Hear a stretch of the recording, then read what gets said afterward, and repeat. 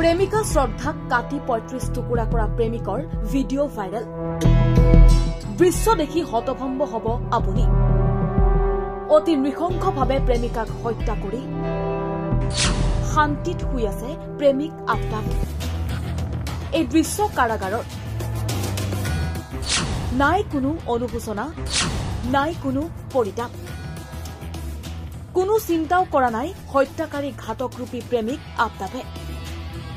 দিল্লীত সংঘটিত হৈছিল অতিকৈ নৃশংস ঘটনা। এই লাভ জেহাদৰ ঘটনাই সমগ্ৰ দেশতে সৃষ্টি কৰিছে তোলপাৰৰ। এইজন অভিযুক্ত আফতাব পুনাৱালা। মুম্বাইৰ এটা কোম্পানীত শ্ৰদ্ধাক লগ পাইছিল আফতাবে আৰু তেতিয়াৰে পৰাই আৰম্ভ হৈছিল দুয়োৰে মাজত প্ৰেম।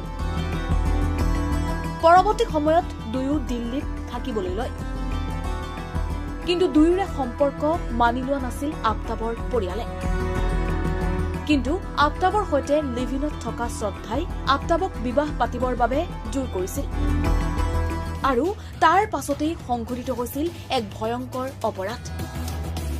প্ৰেমিকক বিবাহ পাতিব কোৱাটোৱে ভুল আছিল নেকি শ্ৰদ্ধাৰ? কিয়নো বিবাহ পাতিব কোৱাৰ বাবেই শ্ৰদ্ধাক ৩৫ টুকুৰা কৰি প্ৰকাণ্ড ফ্ৰিজত ভৰাই থলে প্ৰেমিক আফতাবে। কেৱল ইমানেই নহয়, সদায় নিশা ২ বজাত সংঘটিত কৰি গৈছিল আন এক অপৰাধ। ফ্ৰিজৰ পৰা মৃতদেহৰ টুকুৰা উলিয়াই দিল্লীৰ বিভিন্ন অঞ্চলত সিঁচৰতি কৰিছিল ঘাতকৰূপী প্ৰেমিক আফতাবে। ৬ মাহ পাছত মেহৰৌলি আৰক্ষীয়ে গ্ৰেপ্তাৰ কৰিছে ঘাতক প্ৰেমিক আফতাবক। আৰু দিল্লীৰ কাৰাগাৰৰ দৃশ্য চাওক।